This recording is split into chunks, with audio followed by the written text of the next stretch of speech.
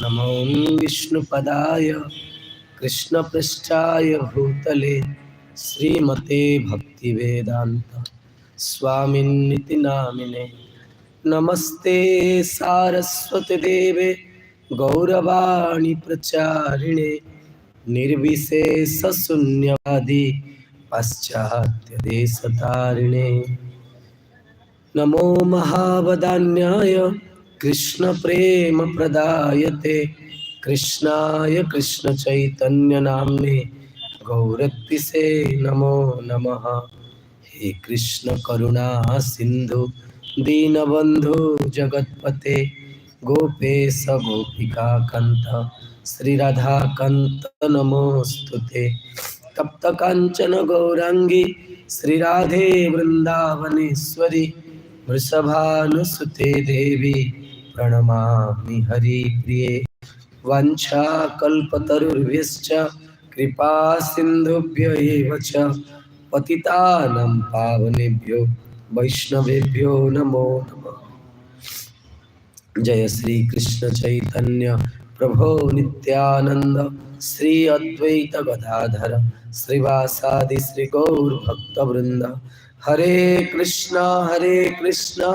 कृष्णा कृष्णा हरे हरे हरे राम राम राम हरे हरे। ओम नमो भगवते वासुदेवाय। ओम नमो भगवते वासुदेवाय। ओम नमो भगवते वासुदेवाय। ओम नमो भगवते वासुदेवाय। ओम नमो भगवते वासुदेवाय। ओम नमो भगवते वासुदेवाय। लोकाभिरामं रणरंगधीरं राजीवनेत्रं रघुवंशनाथं कारुण्यरूपं करुणाकरत्वं श्रीरामचन्द्रं शरणं प्रपद्ये। श्रीरामचन्द्रं शरणं प्रपद्ये। श्रीरामचन्द्रं शरणं प्रपद्ये। वन्दे विदेहतनाय पदपुण्डरीकं कैशोरसौरभ समाहितयोगिचित्तं हन्तुं प्रतापमनिशं मुनिहंससेव्यं सुनमानसशाली परिहितपरागपुञ्जं मनोजवं मारुततुल्यवेगं जितेन्द्रियं बुद्धिमतां वरिष्ठं वातात्मजं वानरादिमुख्यं श्रीरामदूतं शरणं प्रपद्ये। दुर्गमे पथिमेन्नस्य स्खलत्पादगतिर्मुहुः स्वकृपाजष्टिदानेन सन्तसन्तबलं भय। जय रूप सनातन भट्ट रघुनाथ श्रीजीव गोपाल भट्ट दास रघुनाथ।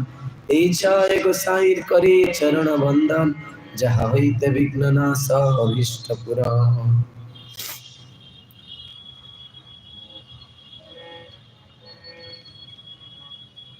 हरे कृष्ण। सुधी भक्त सज्जन वृंद मातृवृंद, ମୁଁ ଆପଣମାନଙ୍କୁ ଇସ୍କନ ବୁର୍ଲା କେନ୍ଦ୍ର ତରଫରୁ ହାର୍ଦ୍ଦିକ କୃତଜ୍ଞତା ଜ୍ଞାପନ କରୁଛି। ଯେହେତୁ ମାନବ ଜୀବନର ସର୍ବୋଚ୍ଚ ବସ୍ତୁ ସତ୍ସଙ୍ଗ ଆମମାନେ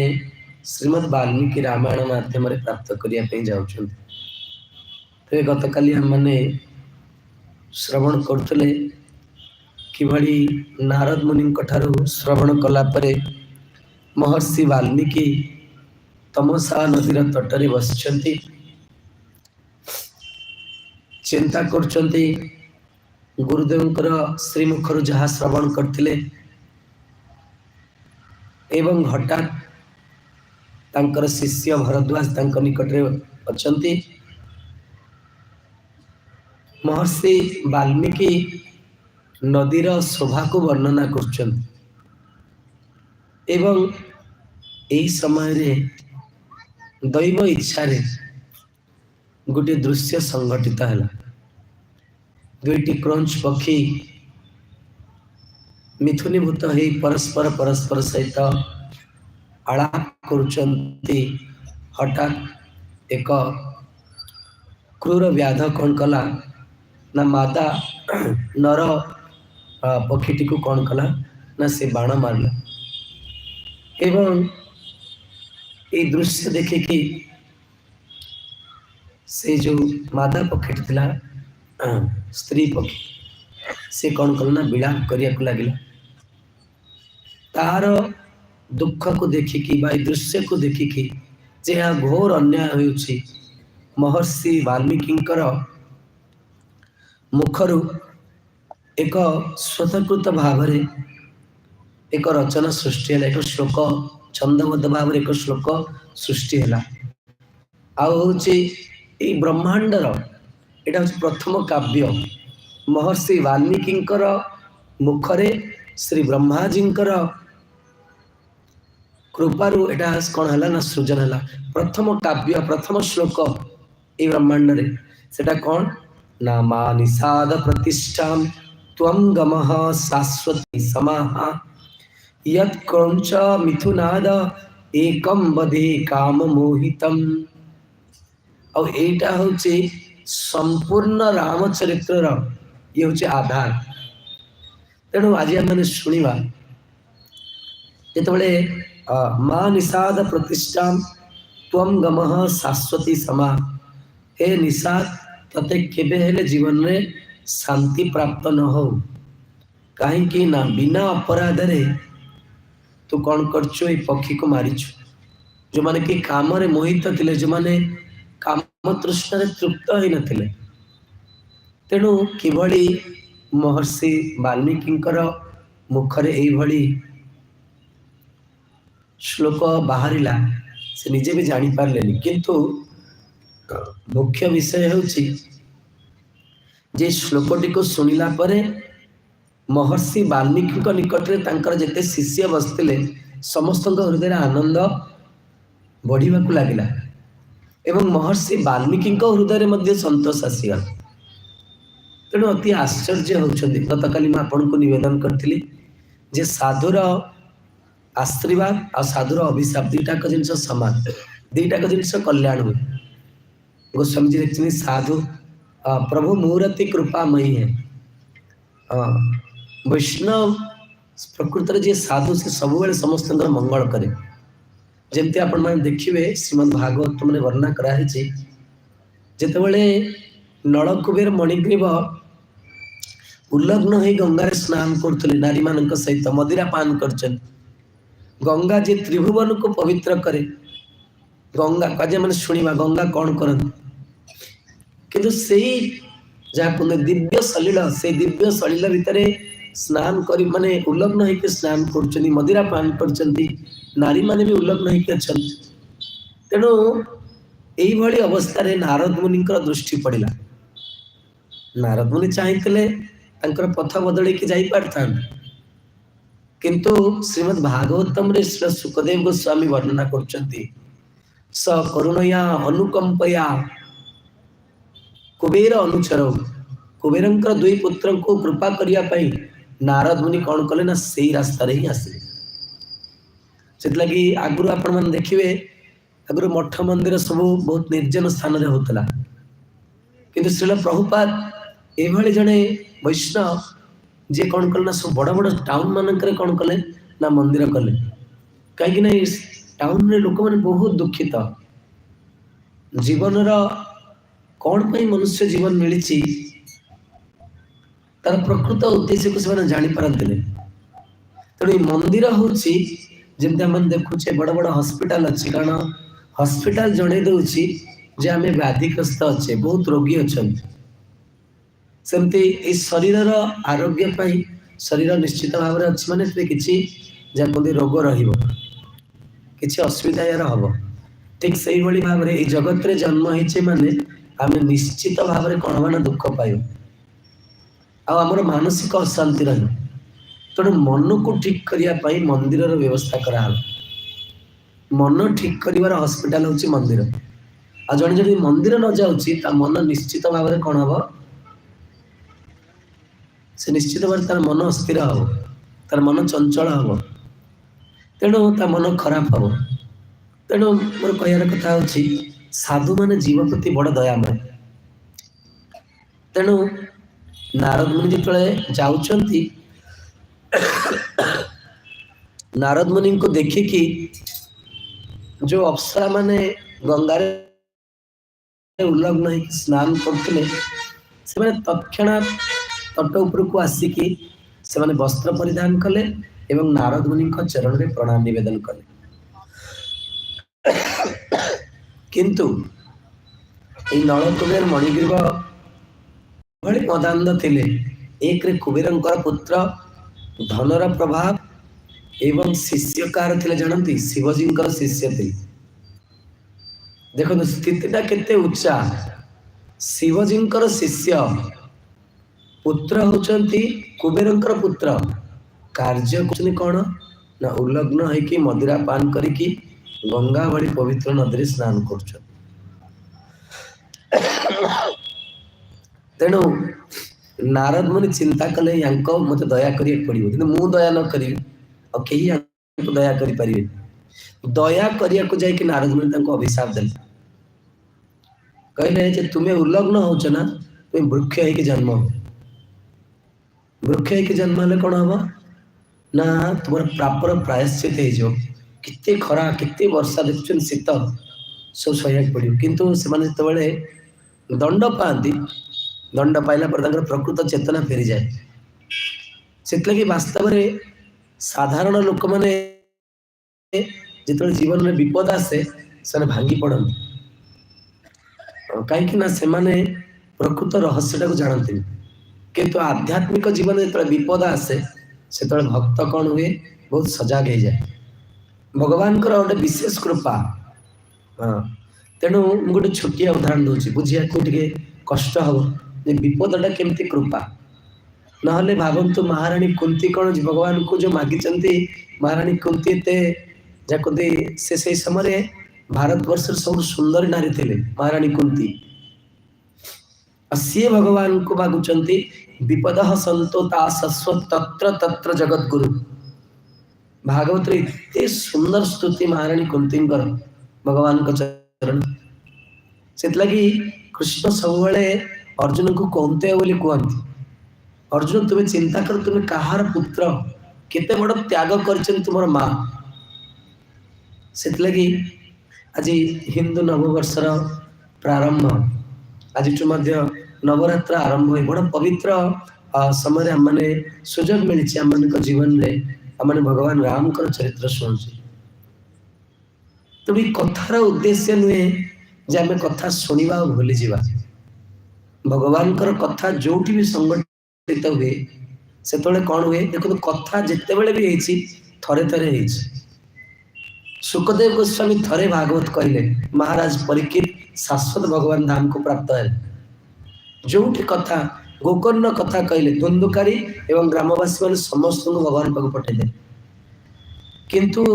ଆପଣ କହି ପ୍ରଭୁ ତାହେଲେ ଏ ତ ଆମର ପ୍ରତିବର୍ଷ ରାମ କଥା ହଉଛି, କାହିଁକି ହଉଛି ଜାଣିଛନ୍ତି ନା? ଯେତେ ପର୍ଯ୍ୟନ୍ତ ଆମେ ଭଗବାନ ପାଖକୁ ନ ଯାଇଛେ ସେତେ ପର୍ଯ୍ୟନ୍ତ ଏଠି କଥା ଅନୁଷ୍ଠିତ ହବ। ଆମ ଜୀବନରେ ଦୁଃଖ ପାଉଛେ, ସମସ୍ୟା ଅଛି, କଥା ବଡ଼ ଗମ୍ଭୀର। ହଁ, ମୁଁ ହାତ ଯୋଡ଼ି ନିବେଦନ କରୁଛି, ଆପଣମାନେ ବହୁତ ଭାଗ୍ୟବାନ, କାରଣ ହନୁମାନଜୀ ଆପଣଙ୍କୁ ବାଛିଛନ୍ତି ତାଙ୍କ ପ୍ରଭୁଙ୍କ ଚରିତ୍ର ଶୁଣିବା ପାଇଁ। ତେଣୁ ଆମମାନେ ଯେତେବେଳେ କଥାରେ ବସୁଛେ ତା ପୂର୍ବରୁ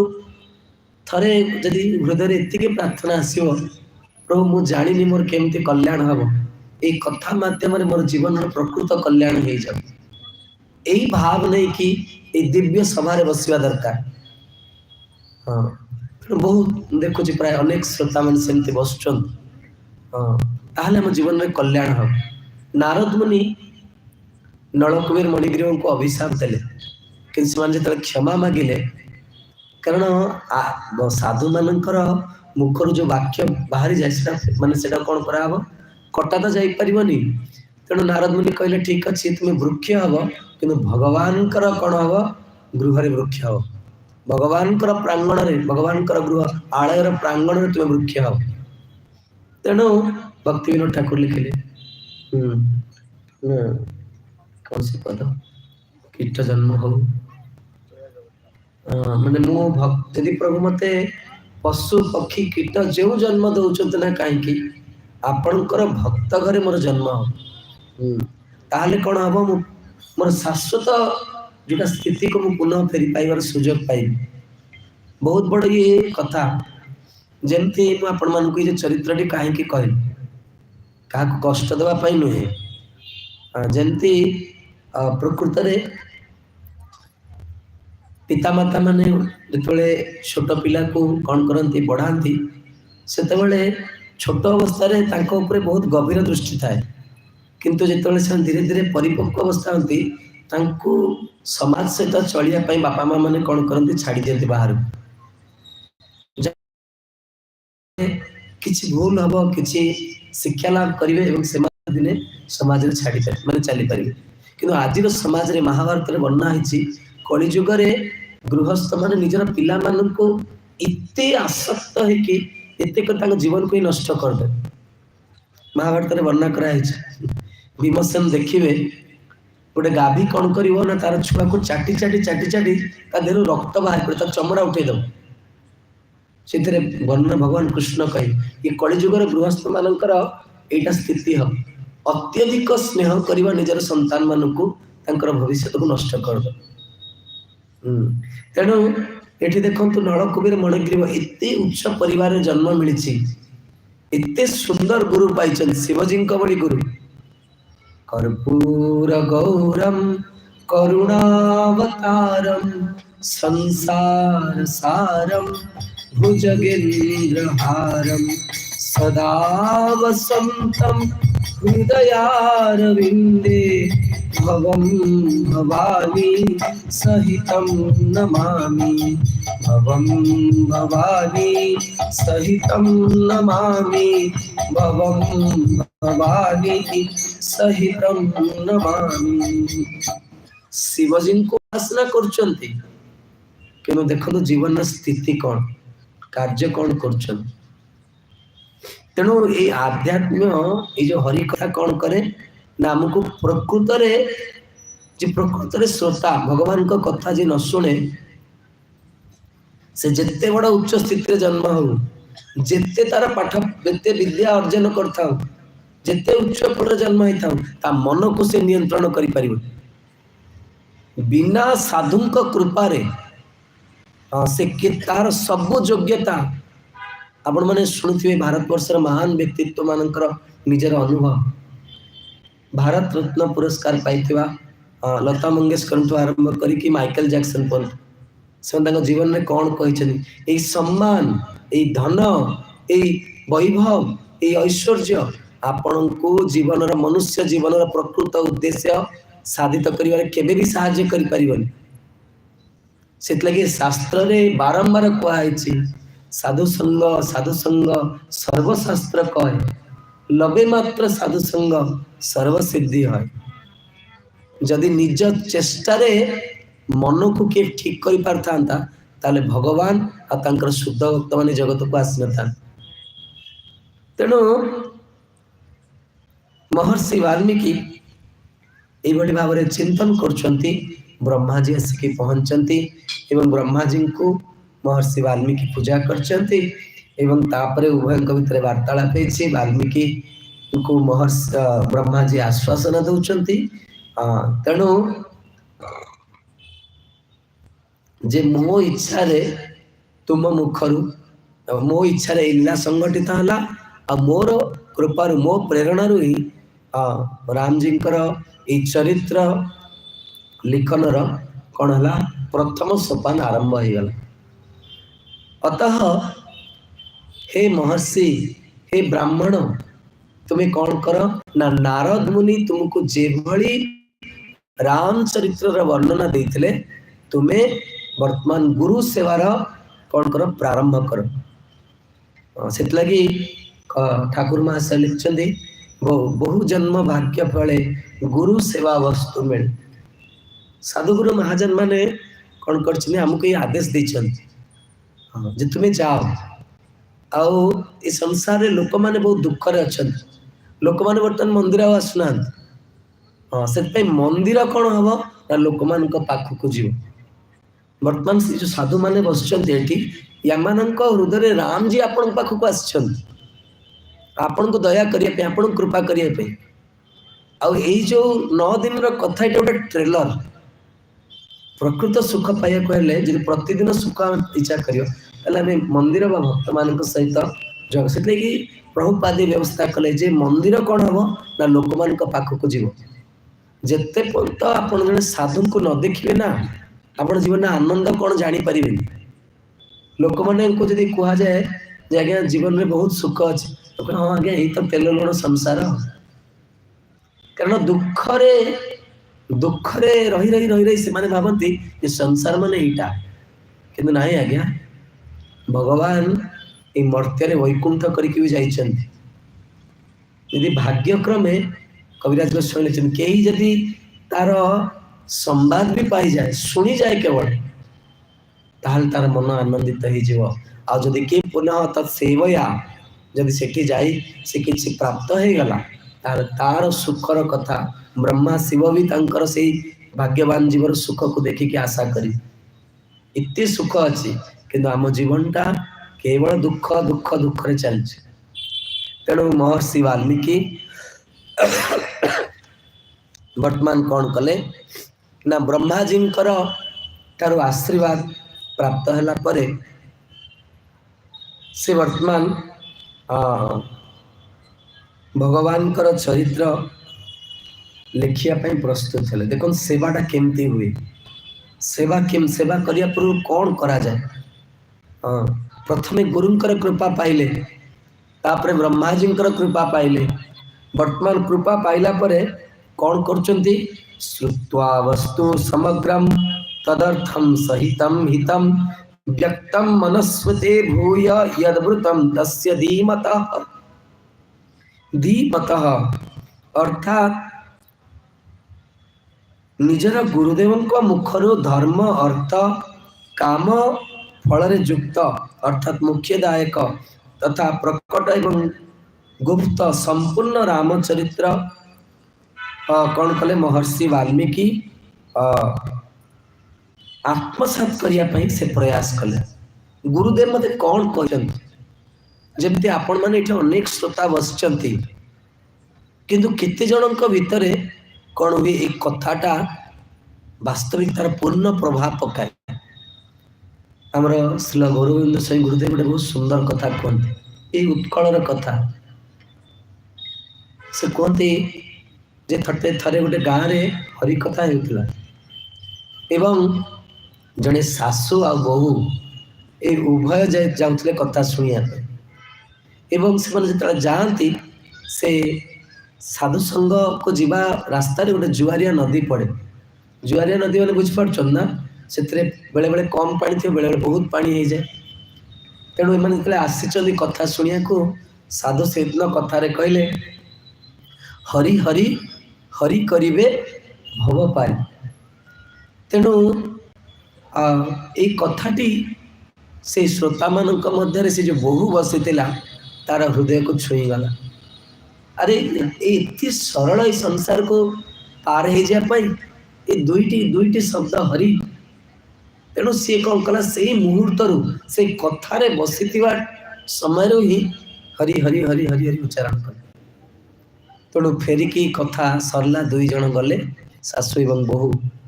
ତେଣୁ ସେଇ ସମୟରେ ନଦୀର ଜଳ ବଢ଼ି ଯାଇଛି, ବୋହୂଟି ଆଗକୁ ଯାଉଛି, ଶାଶୁ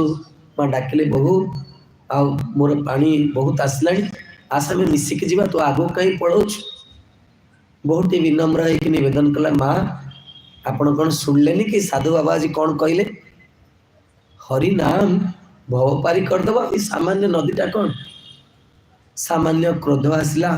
ବୟସ ହେଇଯାଇଥିଲା, କହିଲା ରେ ମୁଁ ଶାଶୁ ତୁ ବୋହୂ, ତୁ ମୋତେ ଶିକ୍ଷା ଦେଉଛୁ। ଏତିକି ସମୟରେ ପାଣି ଜୋରରେ ଆସିଲା, ଆଉ ଶାଶୁଙ୍କର ମୃତ୍ୟୁ ହେଇଗଲା। ମୋର କହିବା କଥା ହେଉଛି, ବିଶ୍ୱାସର ତାର ଶ୍ରୀ ବିଶ୍ୱନାଥ ଚକ୍ର ଠାକୁର ଲେଖିଛନ୍ତି, ବିଶ୍ୱାସ ତାରତମ୍ୟେନ ସାଧକାଃ ଆଧ୍ୟାତ୍ମିକ ମାର୍ଗେଣ ସିଦ୍ଧିଂ ଲଭେ। ଯାହାର ଯେତେ ବିଶ୍ୱାସ, ସେଇ ଅନୁସାରେ ସାଧକ ମାନେ ଆଧ୍ୟାତ୍ମିକ ଜୀବନରେ କ'ଣ କରନ୍ତି ନା ସିଦ୍ଧିକୁ ପାଆନ୍ତି। तेणु ये जो कथा आम श्रवण करचे ये कथा आमर कौन आमर विश्वास को दृढ़ करने ये आमको साहाय्य करियो। मु गतकाली आपण मान चरण निवेदन करती जे ये साधु संगटा गोटे अलार्म क्लॉक बड़ी ये आमको कौन करिवो मृत्यु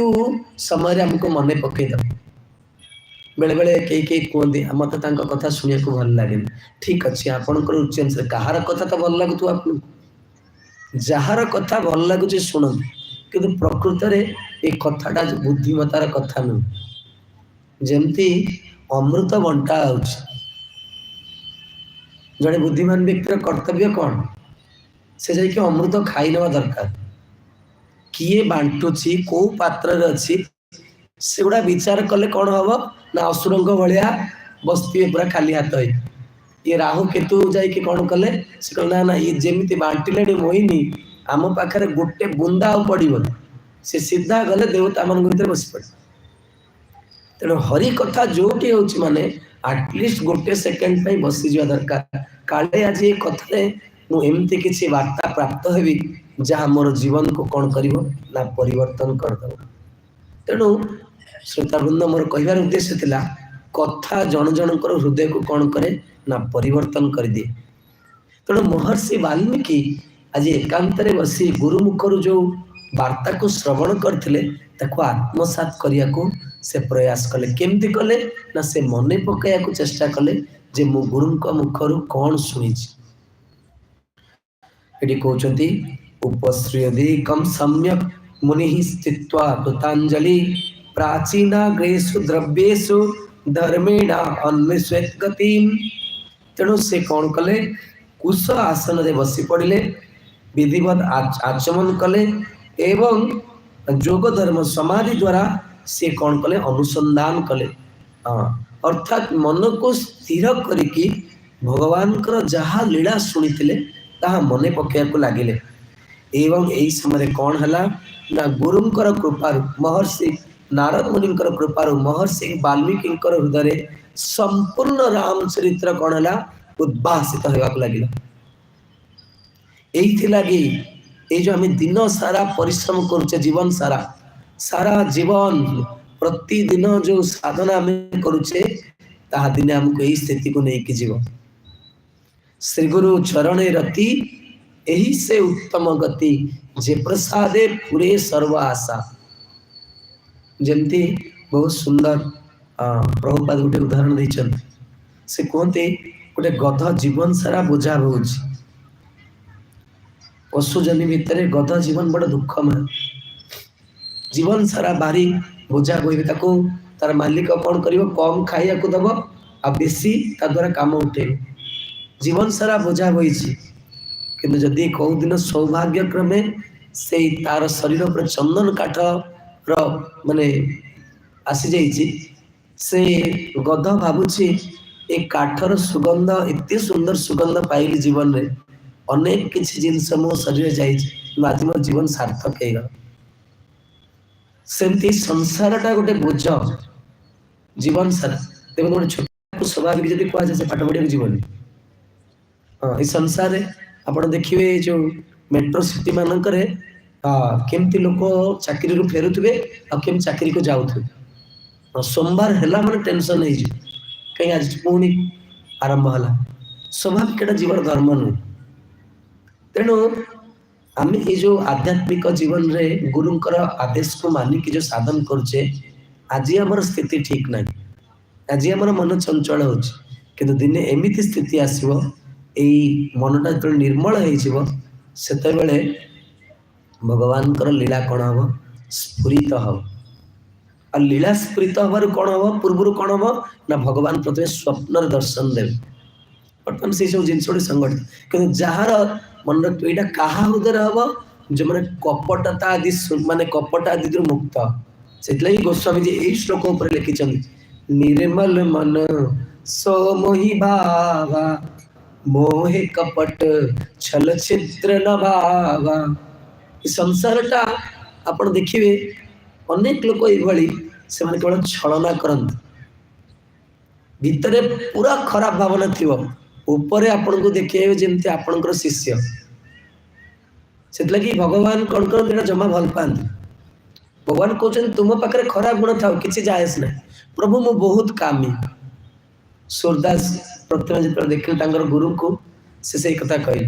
मो सम क कुटिल खल कामी आश्चर्य हेले गुरु अरे भगवान को विषय किसी गा से कहले गुरुदेव मो भली कुटिल खल कामी व्यक्ति जगत रे कहीं ना कहीं न जिन तनु दिए उन्हें विसरइयो ऐसो नमक हरामी अरे जो प्रभु ये मनुष्य शरीर देइचंती सुर दुर्लभ मनुष्य तनु पावा देवता मानकर दुर्लभ ये मनुष्य शरीर मिलला किंतु हमर भक्ति करिया को इच्छा हो भगवान कर भजन करियलानी सेतला कि मु जने बेईमान व्यक्ति से निजर परिचय दो किंतु मन रखिथे जो मैंने आध्यात्मिक मार्ग को आसिक निष्कपट हो पारे से जीवन में बुझा पड़ो कल्याण बहुत दूर रही अच्छे निर्मल मन सरलता पूर्वक हम शेष दिन आपन को कह सरलतार भगवान बिक्री हो जाते आज्ञा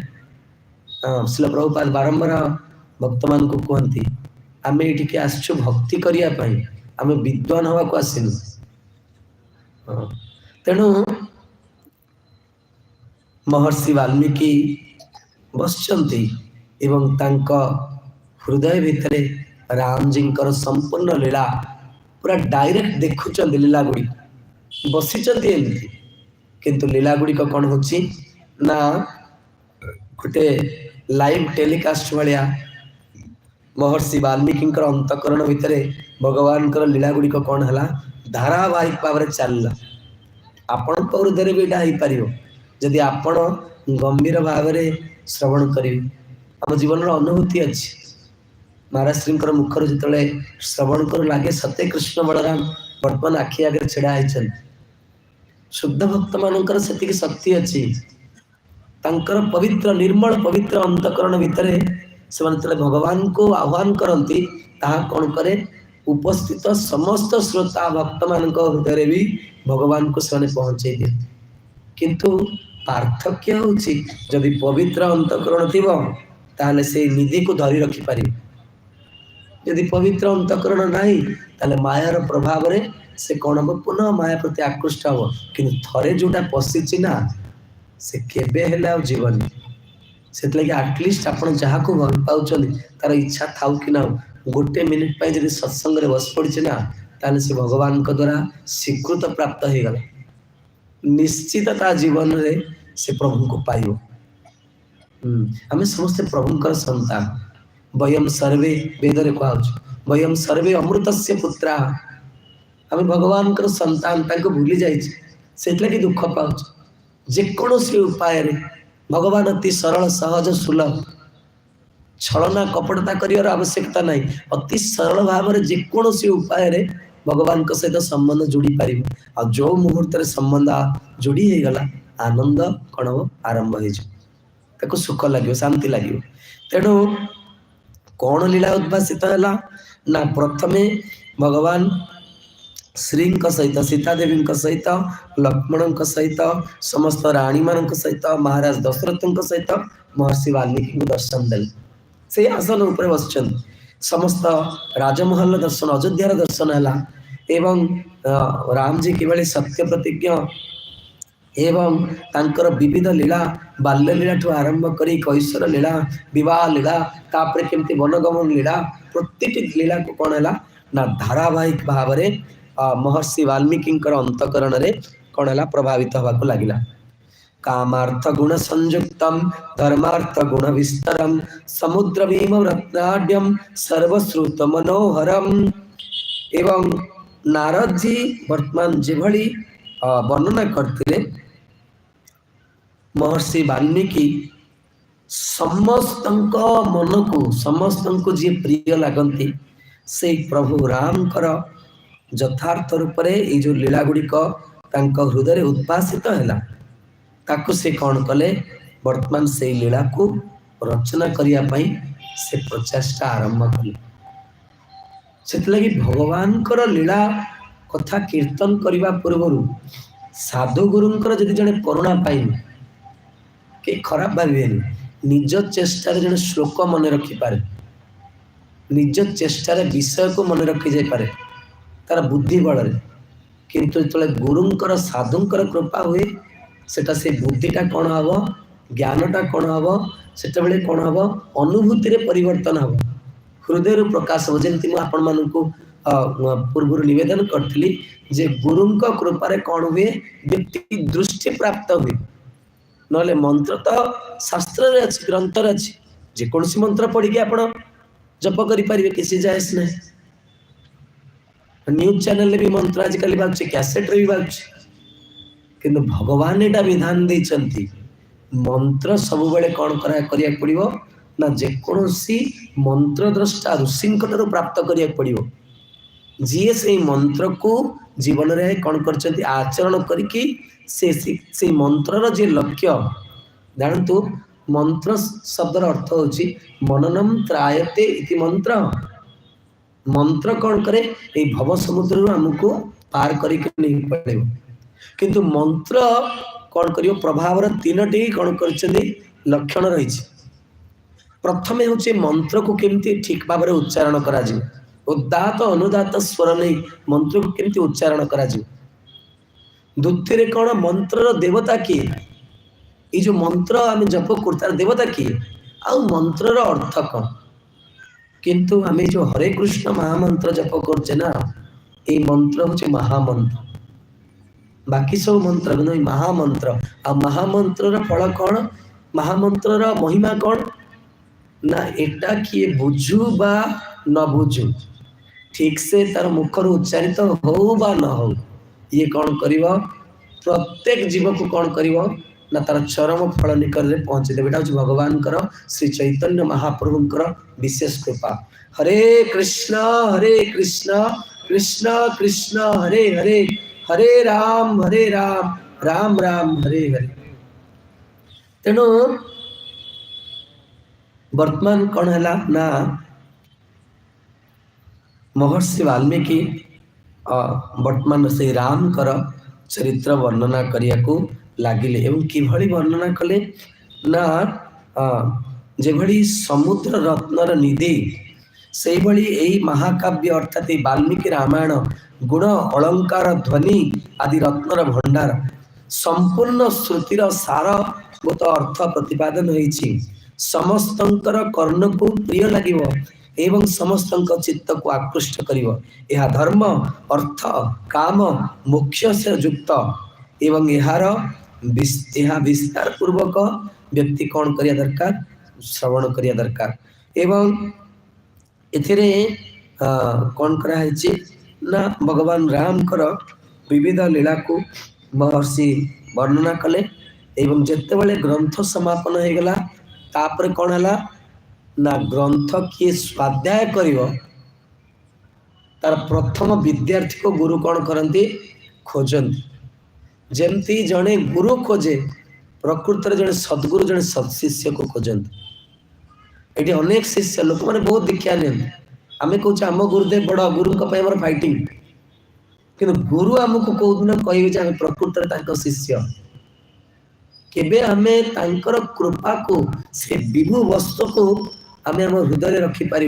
एटा हूँ कौन ना प्रकृत रे भाग्यवान जीवर लक्षण गुरु प्रकृत रे जड़े सत्शिष्य को खोजती जमती श्रील भक्ति सिद्धांत सरस्वती ठाकुर प्रभुपाद जो कालकाटा से एते प्रभावशाली व्यक्तित्व थिले जे इंग्रेज माने तांको कथा को बुझी पारंदनी एते तांकर मेधा शक्ति एते उच्च थिला विदेश माने कहते आज्ञा आपण विमला प्रसाद आपण एभली किसी शब्द कहतु जहाँ हमको बुझा पड़ो हाँ तेरे से विमला प्रसाद को थरे जड़े सांबादिक किसी प्रश्न करते एवं यही समय अभय आमर एसी भक्तिवेदांत स्वामी प्रभुपाद प्रथम सहित साक्षात्कार करने को गले देखो जड़े सांबादिक आते गुरुत्वपूर्ण आलोचना होची प्रभुपाद जो समय जाइए प्रणाम कले सरस्वती ठाकुर सबू कथा बंद करके प्रभुपाद आड़ को चाहिए जड़े नूतन व्यक्ति किंतु जी प्रकृत सद्गुरु आ जी सत्शिष्य जन्मे जन्मे प्रभु से जानी पारले जे मोर प्रकृत दायाद वर्तमान आसीगला सब काम बंद कर कहले तुम भाया पिला पाश्चात्य जगत रे जाइए महाप्रभु को वाणी प्रचार करिया दरकार। अभय आश्चर्य हो गले ये बाबा जनक कौन एमती कथा कहउछन। अरे हम भारत वर्तमान पराधीन ये पराधीन भारत रे आम स्वाधीनता भाव माने माने सहजरे निजर भावना को व्यक्त करि पारुने आम कौन विदेश को जीवा प्रचार करवा से प्रश्न उपरे प्रश्न कले किंतु प्रभुपादंकर उत्तर रे तांकर मन शांत हो गला।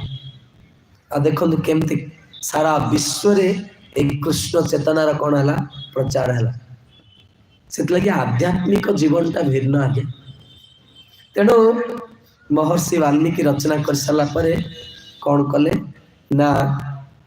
गोटे योग्य शिष्य खोजिले आ से माने किए ना लव आ कुश। वाल्मीकि रामायण टिके भिन्न आगे धैर्यपूर्वक आज शुणिबे कालीठू कथा आरंभ हम कारण कालीठू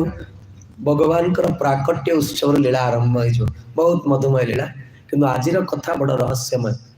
सावधान होकर शुणिले आपको बहुत आनंद लगे। कारण महर्षि वाल्मीकि को जीवन में जो घटना संगठित है से बेलू कौन है ना सीता देवी आसिकी आश्रम रही जाइए। आओ मन रखिए आज पर्यंत ये ब्रह्मांड रे भगवान को विषय रे जी भी किसी रचना करछि जी भी किसी भगवान को विषय कहूँ ताहा श्री कृपार कहूँ।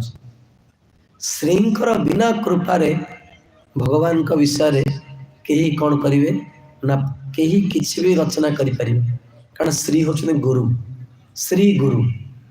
हाँ जी जगत को जगत राशि की गुरुर भूमिका निभाउछंती से माने श्रींकर कृपा पात्र। श्रींकर निज जन माने कहीं श्रींकर निज जन माने आसंती कारण देखछन ना परिवार रे जदि बापा कठोर थांती मार हृदय बहुत कम माँ संतान केबे भी दोष देखेनि से लगी श्रींकर निज जन माने जो आसंती ये संसार जी प्रकट जन्म होची तार तो बहुत दोष आज्ञा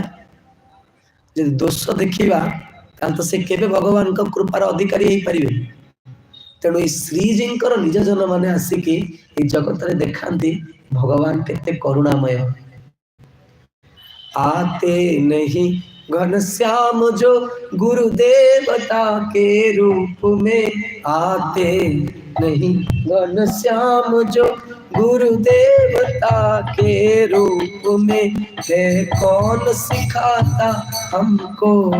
निष्काम भक्ति के बारे में। मोर कहर उद्देश्य होची भगवान ही आते नहीं घनश्याम जो गुरु देवता के रूप में। भगवान जदि गुरु रूप में न आसबे ये भक्तिर एते महिमा अच्छी बोली किए जानी था। आम जीवन में साधु हम बोली भावी नथिलु किंतु ये आध्यात्मिक जीवन रे एते आनंद अच्छी जने केबे कल्पना करि परिबनि। निज बुद्धि बल रे जने केबे भगवान को भगवान कर शुद्ध भक्त मान के मापी पारि तार बुद्धि सब बेले हारी जाए। गुरु को पाखरे शुद्ध भक्तों को पाखरे भगवान को पाखरे बुद्धि काम करि पारि। तेणु सीता देवी कौन करचंदी ना महर्षि वाल्मीकि को आश्रम को आछंती अंतसत्व आछंती और सीता देवी दृष्टि कौन होईची पड़ीची कहा उपरे महर्षि वाल्मीकि को उपरे तापरे रामायण ग्रंथ आरंभ होईची और रामायण ग्रंथ पूर्ण हला को कौन होईची ना लवकुश जन्म हो जाइछंती। महर्षि वाल्मीकि देखुचंदी किए ना प्रकृत अधिकारी ग्रंथर ए आश्रम भितर कौन कर क्रीड़ारत। तेणु महर्षि वाल्मीकि डाकुचंदी दुई जन आसंतु आमे भी श्रींकर कृपा प्रार्थना करिवा जहा फल रे आम जीवन रे भी आमे रामचरित्र को हृदय रखि परिवा। जनक आत्मजे राघव प्रिय जनक मजे राघव प्रिय जनक आत्मजे राघव प्रिय जनक आत्मजे राघव कनक भासुरे भक्त पालिके कनक भासुरे भक्त दशरथात्मजे प्राण वल्लभे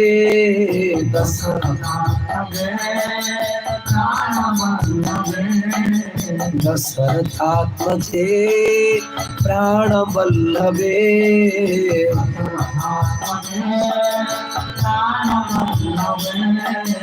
तब पदाम्बुजा शिरोस्ति में तब पदाम्बुजा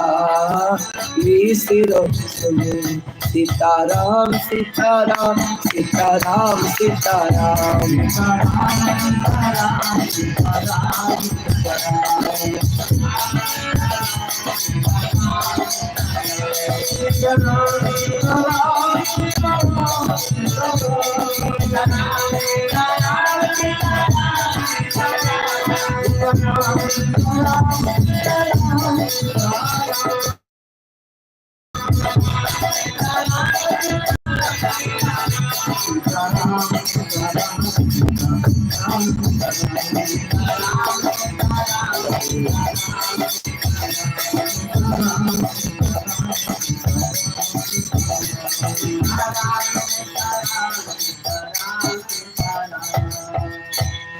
देखो तो कहीं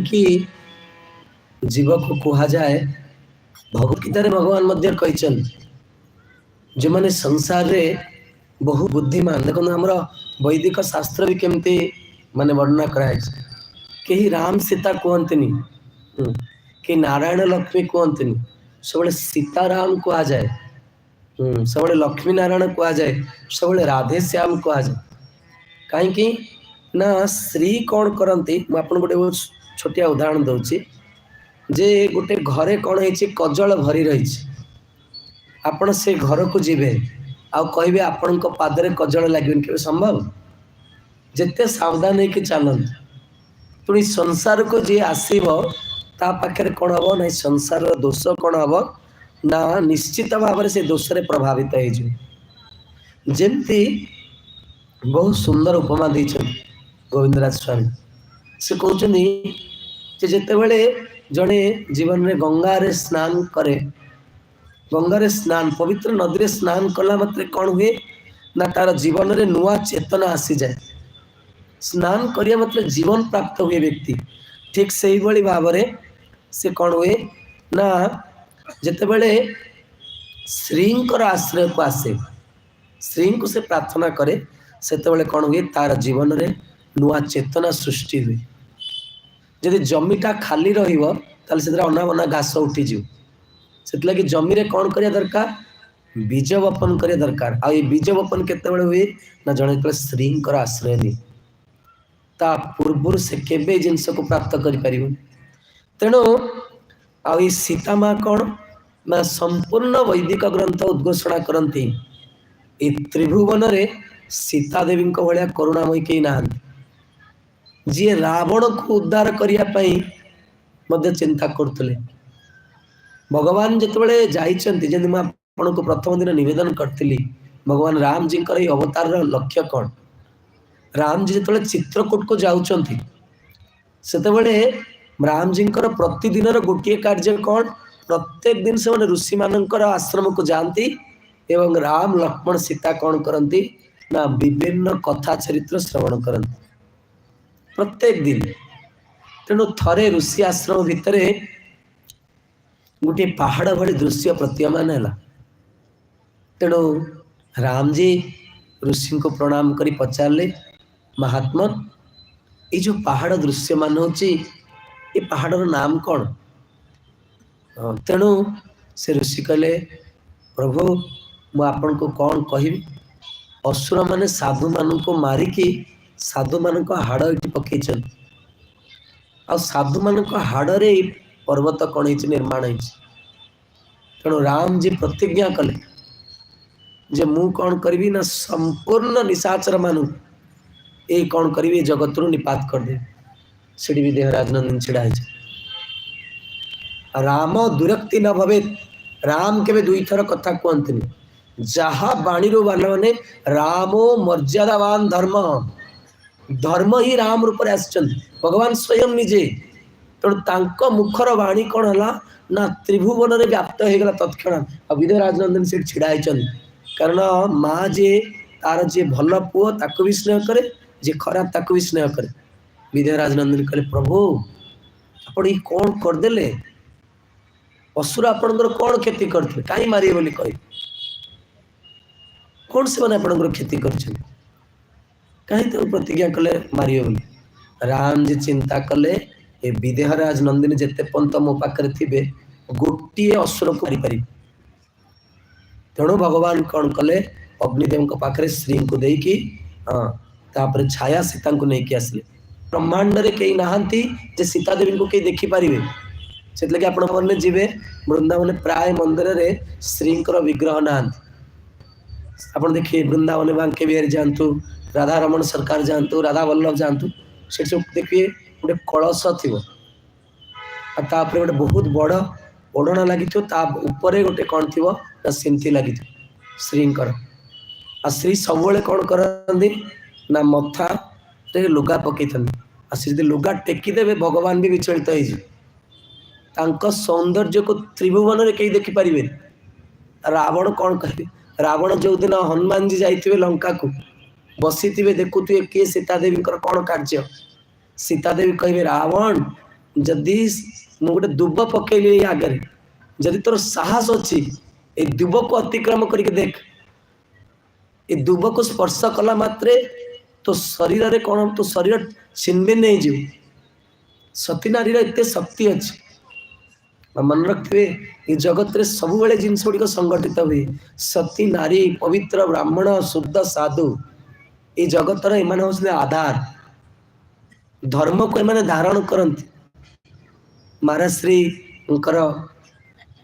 तो मुखर श्रवण करते गुरु मुखर वर्ष सौभाग्य लगी नहीं जाइए दर्शन करने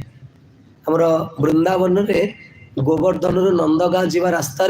20 किलोमीटर पर गोटे स्थान पड़े जार ना हूँ पल्सो ये हूँ 1984 मसीहार कथा से गाँव में जड़े व्यक्ति को कैंसर है एवं प्राय आज भी प्रभु मत कहते कैंसर सेमती माने आरोग्यर पूरा ये ना तेणु डॉक्टर मैंने टाइम देदेले ये दिन तुम पति कौन हे मृत्यु है यही समय भितर तेणु से नारीटी तार लक्षण रू जना पड़ा ये सती हो तार शाशु ससुर समस्ते ननंद समस्ते बुझेले माँ तू ये कम कर जहाँ परिवार कौन हम ना तो परिवार समस्या रे पड़ो पुलिस भी आसिक पहुँची गले गाँ लोक इनफर्म देदेले किंतु आपण मैंने ये शीत दिन कथा डिसेम्बर मासर शीत दिने 3-4 दिन पर्यंत सूर्य आसती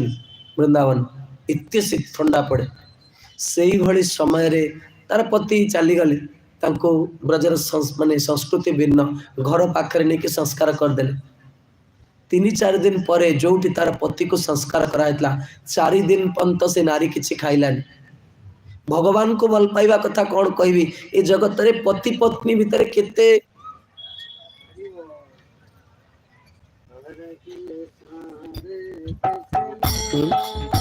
अंधार पानी के लाइन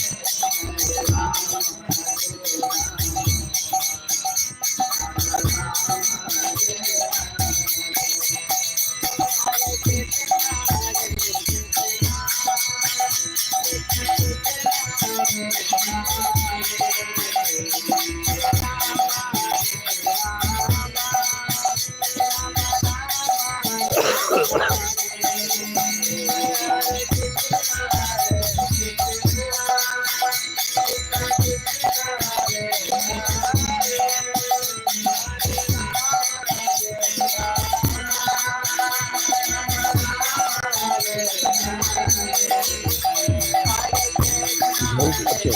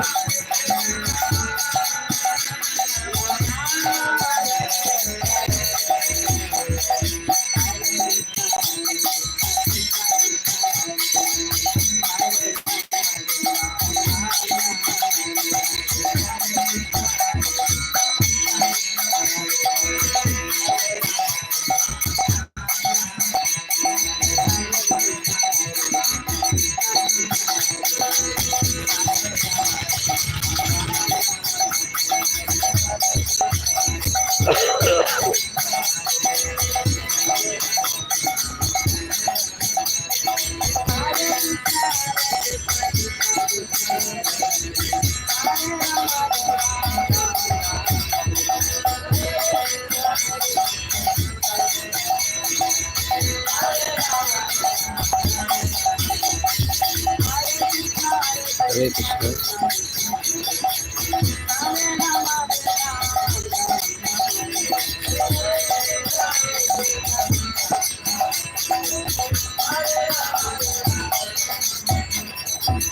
हरे कृष्ण। मोर कहबार उद्देश्य थिला जे भगवान प्रति भक्तिर महिमा कौन कहवा। ये पति पत्नी संबंध देख के पवित्र। से नारीटी सकाळु उठिला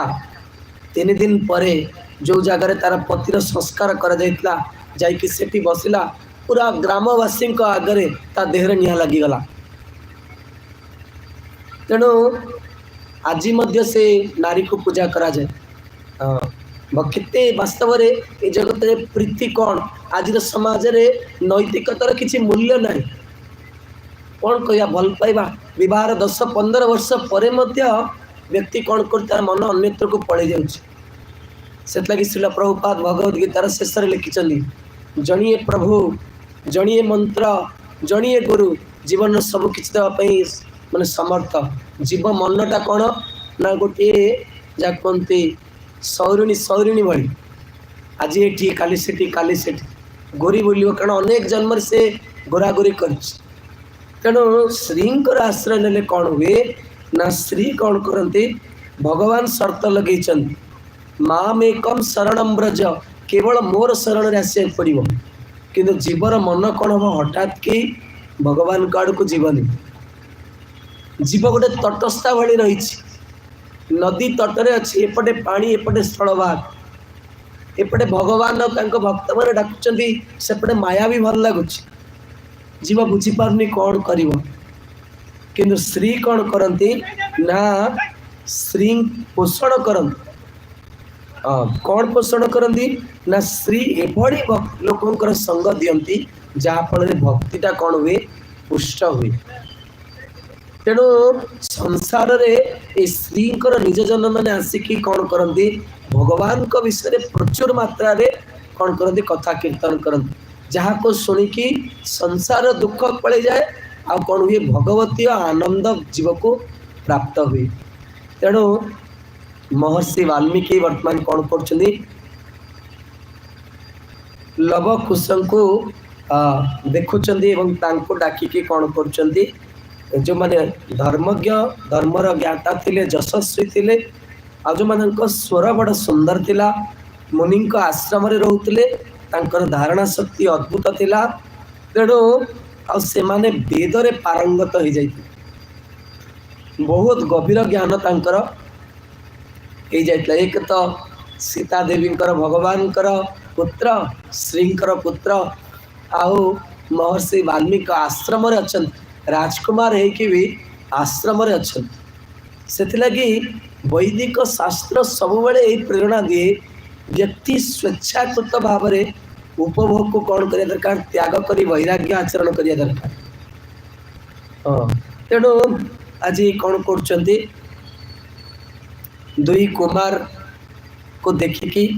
महर्षि वाल्मीकि डाकुचंती आ कौन करछंती तांको पढ़ेया पई से विचार करछंती। गुरु चिंता करते जे मोर यही संपत्ति को मु कहा को देवी मोर यही निधि को कहा को मु देवी। तेणु जिते बड़े यही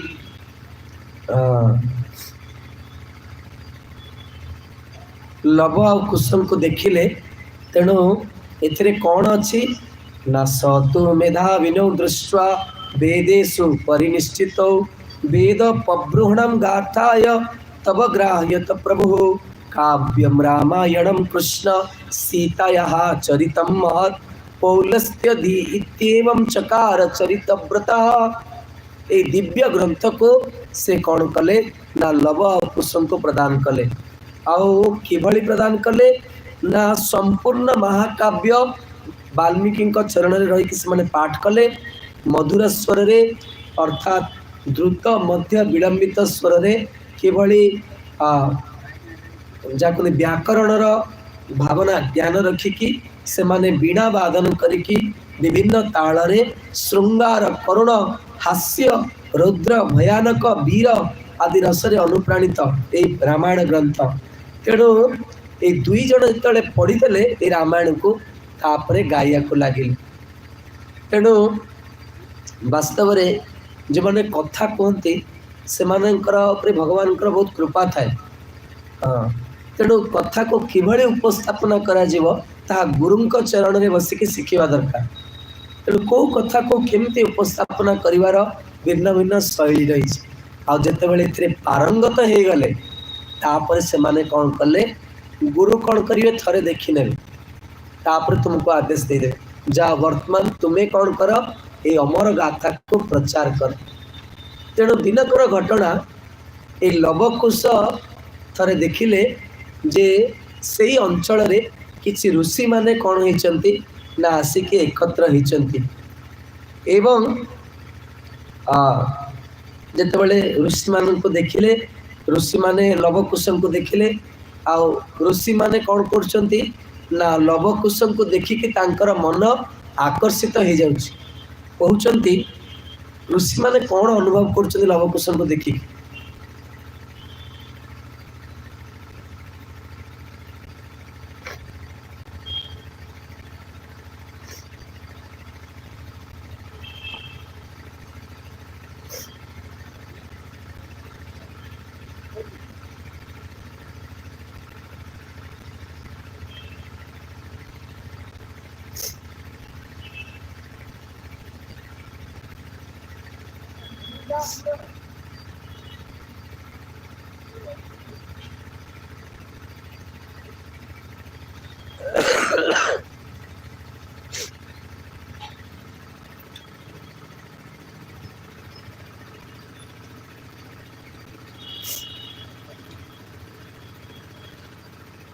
हरे कृष्ण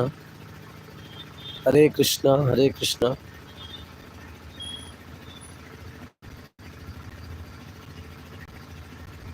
हरे कृष्ण। तेणु ऋषि माने लवकुश को जितेबाला देखिले तांकर मन कौन है ना लवकुशंकर सौंदर्य तांकर सौम्यता ऋषि मानकर मन को आकर्षित करनेला। मार लिखुचंती रूप लक्षण संपन्न मधुर स्वर भाषिण बिंबादिवस्थितो बिंबो रामदेहा तथा परौ। अरे भगवान कर पुत्र ना तेणु राम जी भाया ही कौन करचंदी ना स्वरूप रूप राम जी भाया ही अच्छे। देखु आमे जिते मंदिर को जाऊे मंदिर भगवान को देखुचे किंतु भगवान को देखला परे भी आमे कौन करछे मंदिर बाहर को आसला माने कौन हवा कौन करछे मायर आसक्त हो जाउछे। कहीं जानती दृष्टि रे कौन रखिया दरकार राम को रखिया दरकार। आ जोठी राम रहिबे सेठी कौन हबो अन्य जिनस रही पारिबे। तेणु ये रहस्यटा को आम शुणिया वर्तमान याटा को लवकुश वर्णना करी। तेणु ऋषि मैंने जिते देखुं लवकुश को लगुच सत जमी राम जी को देखुं प्रभु को देखुं। तेणु ये से कहते सुंदर रूप आउ शुभ लक्षण शरीर रे विभिन्न शारीरिक लक्षण अच्छे जहाँ बहुत शुभ एवं यही संपत्ति थिला तांको निकट रे आ बहुत सुंदर कथा कहते मधुर भाषी थिले एवं तांकर मुखरू जहाँ किसी से माने कहते सत लगुला जमती राम जी मुखर श्रवण होछि। तेणु ये दुई कुमार को देखिकी एमाने समस्ते प्रशंसार पात्र थिले एवं धर्मानुकूल जहाँ कहते आचरण करते संपूर्ण वाल्मीकि रामायण को जिह्वाग्र रखिदे संपूर्ण रामायण को मन रखिदे। तेणु से माने कौन कले ना से ऋषि मान मझे बसिकी जो माने अत्यंत तत्वज्ञ थिले एकाग्र चित्त थिले भगवान कर कथा शुणिया पई अत्यंत लोलुप थिले सेही भली श्रोता मानक भितरे बसी लवकुश कौन कले ए अमर चरित्र राम जी मंगलमय चरित्र कौन कले वीणा बजेकी गान करिया को आरंभ कले। महात्मनौ महाभागौ सर्वलक्षण लक्षितो मध्ये संभम समीपस्थम इदम काव्यम गायताम तच्छ्रुत्वा मुनयः सर्वे बाष्पर्जकुलक्षणाः साधु साधु इति तारुचो परम विस्मय आगतः ते प्रीत मनसः सर्वे मुनयो धर्मवश्चलाः। जेते बेले लवकुश गाया को आरंभ कले एमाने तो सब ऋषि माने बसथिले ना समस्तଙ୍କ हृदय गदगद ହେଇଗଲା कंठ बाष्परुद्ध ହେଇଗଲା ଆଉ ସମସ୍ତେ एका स्वରରେ कौन कले प्रशंसा करने आरंभ कले आमर साधु समाज रे जेतेबेले किए किसी भल कार्य करे सेतेबेले गोटे शब्द बाहर साधु साधु अर्थात भगवान कृपा ये जीव उपर हो जाइए तेणु समस्ते कौन कले लवकुश को आशीर्वाद देवाक लगे तेणु महर्षि माने कहले जे अत्यंत विस्मय हो गले विमुग्ध हो गले एवं आशीर्वाद देले कारण मुनि माने धर्मवत्सल थिले धार्मिक उपाख्यान शुणी तांको मन प्रसन्न हो गला साधु माने जितेबाला जो मैंने सप्तगुणी लोक से सत्संग संवाद पाती से खुशी हो जाए जहाँ प्रभु कहते वर्ष सारा अपेक्षा करूँ केतबेले राम कथा बा कथा शुणिबार दिन आसो प्रभु कहते प्रभु जो कहले मोर मन पड़े आमे भी जितेबाला विद्यार्थी जीवन थिलु आमे वर्ष सारा अपेक्षा करूँ महाराज श्री को केवे देखिऊ आ मुखर दिने ये कथा शुणी आ जी जड़े प्रकृत रे श्रोता से नेक्स्ट वक्ता है कि बाहरी कारण कथा शुणिबार लोभ जहाँ मन रे हो जाइछि ताको संसार रो दुख आ केबे हेले कोन हो प्रभावित करि परिबो तेणु एई साधु सभा भितरे एमाने प्रख्यात हो गले जे लवकुश जड़े बहुत सुंदर कौन कथाकार तो यही भाव में लवकुश कौन थे समस्तंकर स्नेह प्रीतिर भाजन हो गले भगवान जी भक्त हो जाती समस्ते भल पाती देवादेवी आरंभ कर समस्तंकर कृपार से भाजन हो जाती आ समस्ते कहता देख ये किते सुंदर यांकर स्वर आलाप केते सुंदर यांकर बुझेबार शैली केते सुंदर समस्ते प्रशंसा करता किंतु दिने कौन है ना ये जो माने ये भाव में लवकुश कौन कले ना समस्ते जिते गान करुले गान जो कथा सरी जाए वक्ता को साधारणतः भाव में किसी दि जाए कृतज्ञता स्वरूप ऋषि माने थिले एमाने कौन देवे ना एमाने भितर जड़े आनी कौन कले ना कमंडल देले जड़े आनी उपवीत देले जड़े आनी फल पुष्प प्रदान कले तेणु विविध जड़े आणिक ग्रंथ प्रदान कले विविध साधु माने कौन कले लवकुश को विविध भेटी आणिकी प्रदान कले आ समस्ते कौन कले प्रसन्न है कि किए बक्कल वस्त्र देले किए मृग चर्म भेटी कले एवं किए मेखला प्रदान कले समस्ते लवकुश को कौन कले यही भाव में आशीर्वाद देले कहले हे वत्स तुमर कल्याण हो तुम्हें कौन कर महर्षि वाल्मीकि प्रसन्नता पूर्वक सब बेले यही भाव में यही चरित्र कहूता तुम दीर्घायु हुआ तुम्हें सत्यवादी मुनि द्वारा वर प्राप्त हो तेणु यही भाव में ये हूँ राम चरित्र को वर्णना माने यही भाव में करने को लगिले तेणु ये कथा कौन है यार प्रचार प्रसार बढ़ला जे लवकुश यही भाव में बहुत सुंदर गान करुँच तेणु दिने कौन है ना यही भाव में गान करुवा समय रे जो रामचरित्र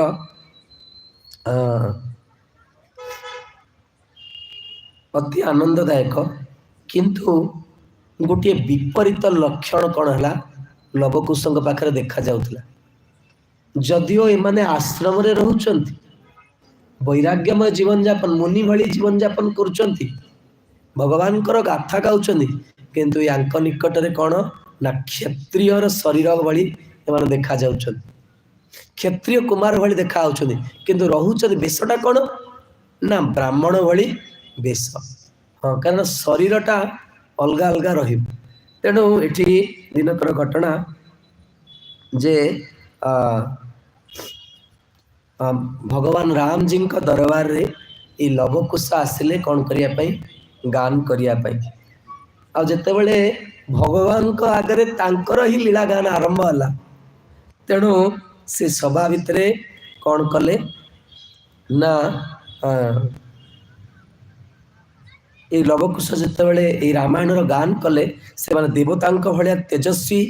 माने देखा गले एवं राम जी कौन कले ना स्वयं भगवान ना राम जी गोटे ना हूँ दृष्टि चित्त चोर बुझिपार ना राम जी को जी थरे देख सी आउ आखि फेरिकी आनीपर प्रभु एते सुंदर तेणु आ राम जी कौन ना स्वयं प्रभु हनुमान जी को द्वितीय प्रथम दिन व्यक्त करी लीला को किभली हनुमान जी प्रथम थर जाकि मिशिंट राम जी सहित हनुमान जी गोटे वाक्य कहते हाँ से गोटे वाक्य रे राम जी लक्ष्मण आड़ को चाहिए आ कहले हे लक्ष्मण यही व्यक्ति जनक संपूर्ण वेद रे पारंगत यांकर यही ज्ञान रही तत्क्षणात कहीदे तेणु आज से लवकुश जो गाय को प्रारंभ कले राम जी कौन कर निजर भाई मान को कहते अर्थात लक्ष्मण भरत शत्रुघ्न को पाखर को डाकुंट कहते यही जो दुई कुमार बहुत सुंदर मधुर आलाप कर मधुर गान कर एमाने कौन ना यांकर संपूर्ण कौन है ना संगीत विद्या माने पारंगत आउ कौन ना एमाने शब्दार्थ अलंकार उत्तम गुण सुंदर रीति आदि युक्त होती कथा समस्ते कही परिवेनी कथा कहबार कौन थाए ना विशेष विशेष योग्यता थाए जहाँ गुरु चरण रे बसिकी शिष्य तार विनय विनीत व्यवहार तार गुरु प्रति निष्ठा गुरु प्रति आनुगत्य गुरु प्रति उपासना माध्यम से गुरुंकर हृदय रूपी संपत्ति यही दुर्लभ वस्तु गुड़ी को कौन करे से निजर करनी एटा कौन से कापट्य चातुरी द्वारा एटा केही जगत रे काहा को प्राप्त करि परिबे अलगा कोटी कौन हो आध्यात्मिक जीवन रे कपटता करी केही कौन सी वस्तु के जीवन में पाई ना बाटा के रही सप्तम स्कंदर भागवत रे कहउची जदि जने हीन कार्य करे आध्यात्मिक जीवन में रहीकि ताले कौन हम गच्छरे बहुत पक्षी बसचंती गोटे ताली बाजिला माने सब पक्षी उड़ी पड़े सेमती मृत्यु समय ठिकणा समय कौन हम तुम समस्त सद्गुण तुम समस्त सेवा तुमको छाड़ी पड़े आ पुनः पुनः तुमको जगत को आसिया पड़ो तार प्रकृष्ट उदाहरण होती महाभारत रे कर्ण गुरु को मिछ कहले अरे कही था तुम प्रकृत परिचय गुरु को कहले आज्ञा मु ब्राह्मण मन रखिए आध्यात्मिक जीवन रे प्रत्येक मिछ प्रत्येक छलना दिने कौन हम परिप्रकाश हम सावधान थी से दिन समाज रे मुह टेकी चली पार प्रति कथा बाहर तुम कारण आम सत्यम परम धीमहिर उपासक भगवान सत्य स्वरूप भगवान गोविंद जिते गर्भ को आसुँच देवता माने कंसर जहाँ कहते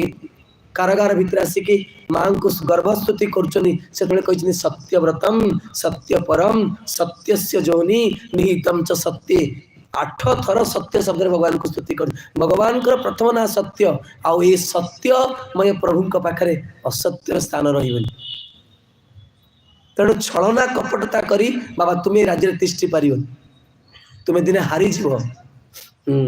तेणु एठी कौन कर राम जी कहते एमाने जो बसचनी जो कुमार एमाने सर्वगुण संपन्न गुरुंक ठारू विनयता भाव गुरु वैष्णव एते करुणामय ना गोटे ग्लास पानी दे देले खुशी हो जाए हाय रे दुर्भागा जीव तुम्हें ये महान जे करुणामय प्रभु तांको पाखरे भी तुम्हें छलना करुछ केड़े बड़ विडंबना तुम कि गुरु जानती ये छलना करुच्ची गुरु केते करुणामय जानते ना से तथापि कौन करती देखिए गोटे छोटिया उदाहरण दूची कि खराब भाव व्यासासन बस में एक कहूँ बोली छुआ दिने समस्ते लुचिकी कौन कर चोरी कर खाई था अमूल हो मिक्सचर हो बिस्कुट हो खाई थे आउ किछि छुआ ता भितर बहुत चालाक थे जो मनकर बुद्धि कम से धरा पड़ी माँ हाथ माड़ खाई हाँ आउ किछि छुआ बहुत चालाक थे अमूल डबारू अमूल खाई देके अमूल डबाटा को गड़े देवे ताको धीर की रखीदेवे से देखा हो ऊपर तले नथिबे एमती केते जण सियाणिया भक्त भी था ये आध्यात्मिक जीवन हाँ किंतु माँ जाने मो पुओ खाई तथापि किसी कहेनि साधु भी जानते आमे केते मात्रा रे साधु आम हृदय केते भक्ति अच्छी गुरु जानते तथापि करुणामय जानते जो पिला दिने साइकल रु खसी पड़ुची से नेशनल हाईवे उपरे पूरा ट्रैफिक जाम रे भी से साइकल चले की पड़े आज किसी भूल अच्छी दिने आम ठीक हो तेणु ये आध्यात्मिक जीवन में निरुत्साहित हमार किसी ना कौन अच्छी आमर किसी खराब गुण अच्छी दिने भल हो मोर खराब गुण अच्छी भल हो तेणु भगवान पाखे बसचे भगवान दरबार रे बड़ उत्साह सहित बड़ प्रीतिर सहित आशार एक नूतन कौन हम ना प्रतिदिन कथार ये क्या निराशा बा क्या निंदा करने आसनु आज्ञा भगवान करुणा कथाटा कहुँ तेणु राम जी कहते तेणु ये बड़ प्रभावशाली तेणु मोपाई यह अभ्युदायक अटे अर्थात लवकुश शुणी भगवान कथा भगवान को आश्चर्य कर दौर आ ये मरण धर्मा मनुष्य भगवान का कथा शुणबनी काली प्रभु बहुत सुंदर गान माने कीर्तन करते हरिनाम कृष्ण नाम जत दूर जाए नहीं हरिनाम कृष्ण नाम बड़ ही मधुर जेई जन भजे कृष्ण से बड़ चतुर जे प्रकृत रे भाग्यवान जे प्रकृत रे बुद्धिमान से भगवान को भजन करे दरकार तुम्हें बहुत सुंदर विद्यार्थी बा तुम्हें बहुत योग्य संपन्न लोक किंतु तुम्हें भगवान को आश्रय करना ताल देखंतु देवता माने हमको शिक्षा दउछन ए समाज रे ब्रह्मा जी श्री शिवजी भगवती लक्ष्मी देवी श्री गणेश एमाने समस्त भगवान को उपासना करछन ब्रह्मा शिव मरपति गणेशार्चित पदौ जगन्नाथ स्वामी नयन पथगामी भवतु में ब्रह्मा शिव जहाँ को हाथ जोड़ी के छिड़ा द्वार फिटिला माने प्रथमे से माने भगवान को प्रणाम करछंती बहुत सुंदर वेंकटेश्वर बालाजी पाखे गोटे मंगला स्तुति अच्छी मंगल शासनम बोली कहते दक्षिण भारत में प्राय सबु मंदिर रे कौन हुए ना भगवान को मंदिर खोलला माने बाजे वाल्मीकि रामायण से पद आम आग को शुणा कौसल्या सुप्रजा राम गोविंद मधुसूदन उत्तिष्ठ उत्तिष्ठ राम उत्तिष्ठ गरुड़ध्वज उत्तिष्ठ पुंडरीकाक्षम तब सुप्रभातम हे प्रभु हे लक्ष्मीपति हे कमलाकांत हे गरुड़ध्वज प्रभु आपण दया करी निद्रा उठंतु भगवान पचारुचंदी अरे सेवक कौन पाई मत डाकुच ना प्रभु आपणकर प्रिय जन मैंने आसिक छिड़ा हेले भगवान कहते किए ना प्रथमे ब्रह्मा जी छिड़ा शिवजी छिड़ा देवता मैंने लाइन दीटा लाइन हुए वेंकटेश्वर बालाजी पाखे मंदिर खोलिया पर गोटे जगह देवता मैंने छिड़ा हमें गोटे जगह साधारण मनुष्य मैंने छिड़ा प्रभु आपण उठंतु उठ उठ गोरा चांद निशी पुहाइल नदियार सब लोग जागिया हे प्रभु आपण दया करी उठंतु उत्तिष्ठ उत्तिष्ठ गोविंद उत्तिष्ठ राधिका कांत उत्तिष्ठ उत्तिष्ठ गरुड़ध्वज त्रैलोक्य मंगलम करू हे प्रभु आपण दृष्टि रे कौन हम त्रिभुवन रे समस्त मंगल हम तेणु भगवान को कौन करा जाए उठा जाए से जो मैंने ब्रह्म मुहूर्त रे उठंती जी ब्रह्म को पाइया को जाउछन ना ताको ब्रह्म मुहूर्त रे उठिया पड़िबो जे मंगल आरती न उठुची से मंगल कौन देखियो कि खराब भाविनी शारीरिक असुस्थता जदि कार किछि था भिन्न वस्तु किंतु हाँ आज समय भिन्न काल भिन्न किंतु हृदय भाव रखा दरकार प्रभु हमको दया करंतु आम जीवन टा संगठित हो हाँ जे आम भगवान को उठिकी दर्शन करवा जदि यही ब्रह्म मुहूर्त रे उठिवा ताले दिन ब्रह्म को पाइबा तेणु राम जी भाई मान को बसौचंती आ कहउचंती ए कुमारंकर कथा मन को बड़ा आनंद लगुच तेणु भगवान कथा भगवान को आनंद दिए आ कौन कहउचंती ततस्तुतौ राम वचः प्रचोदिता बागयताम मार्ग विधान संपदा सचापि राम परिषदगत शनै बुभुय सप्तमना बभूव तापरे राम जी को आज्ञा रे प्रेरित है कि से माने कौन कले ना रामायण रो गान कले एवं समस्ते रामायण रो कथा सुनिकी तन्मय हो गले भगवान भी जड़ पलटि गले जेते सभासद माने बस के शुणुले से भी तन्मय हो गले रामचरित्र रे आ लवकुश यही भली भाव रे कौन कले राम जी को सभा रे रामायण रो गाथा गाइले तेणु से माने ई गाथा गाउचंती जे किभली भाव रे पूर्व काल रे मनुक निकट रे এই ବଂଶବଳୀ ଯାହାକୁ ନେଇ ଗୌରବମୟ ସୂର୍ଯ୍ୟ ବଂଶର ଆରମ୍ଭ ହେଇଛି ଏବଂ କିଭଳି ଭାବରେ এই ବଂଶରେ ଇକ୍ଷ୍ୱାକୁ ପ୍ରକଟ ହେଇଛନ୍ତି ଏବଂ ସେ କିଭଳି ଭାବରେ ସଂସାରର ମଙ୍ଗଳ କରିଛନ୍ତି। ତେଣୁ ରାଜବଂଶର ଜଣେ ଜଣେ ରାଜାଙ୍କର ମହାନ ଚରିତ୍ର ଗାନ କରିଛନ୍ତି। ଶ୍ରୀ ସୁଖଦେବ ଗୋସ୍ୱାମୀ ଭାଗବତରେ କହୁଛନ୍ତି ରାଜନ ପରୀକ୍ଷିତ ମୁଁ ତୁମକୁ କ'ଣ କହିବି, ଏ ଜଣେ ଜଣେ ରାଜାଙ୍କ ଚରିତ୍ର ଯଦି 100 ବର୍ଷ ଧରି କୁହାଯିବ ତାହେଲେ ବି ସରିବନି।